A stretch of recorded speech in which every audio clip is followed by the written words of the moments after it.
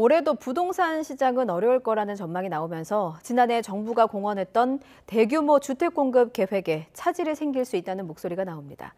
금리 인상이 멈추는 시점이 올 때까진 수요나 공급 모두 위축될 수밖에 없다는 겁니다.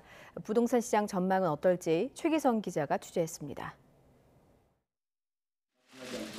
지난해 8월 정부는 2027년까지 인허가 기준 주택 270만 호를 공급하겠다고 발표했습니다. 집값 급등으로 국민들께서 고통과 불안을 겪고 계십니다. 이를 해소하기 위해서는 양질의 주택을 충분히 공급해서 하지만 전문가 대부분은 계획대로 이행하기 어려울 것으로 예상합니다. 조달금리 등 주택 사업의 환경이 좋지 않은 상황입니다. 270만 호의 공급 계획이 계획대로 진행되기에는 한계가 있다고 할 수 있습니다.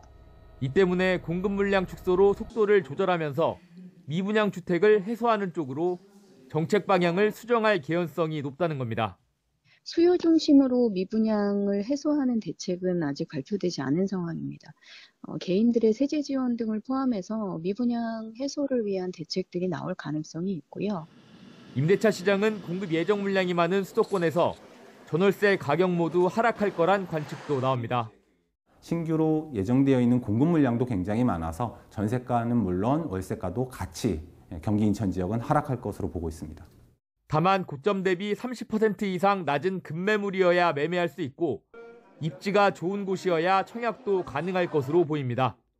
청약 통장을 이용해서 신규 분양을 노리는 전략이 무주택자나 실소유자 입장에서는 가장 경제적인 방법이 아닌가 생각됩니다. 지난해 중견건설사인 우석건설과 동원건설산업이 부도나면서 위기감이 고조된 건설업계도 움츠러들 수밖에 없습니다. 무리한 사업 확장보다는 원가 관리나 리스크 관리 그리고 선별 수주에 집중할 것으로 예상하고 있습니다. 당분간 부동산 시장 침체가 계속될 것으로 예상되는 만큼 올 한해 정부도 연착륙을 위한 대책 마련에 집중할 가능성이 큽니다. YTN 최기성입니다.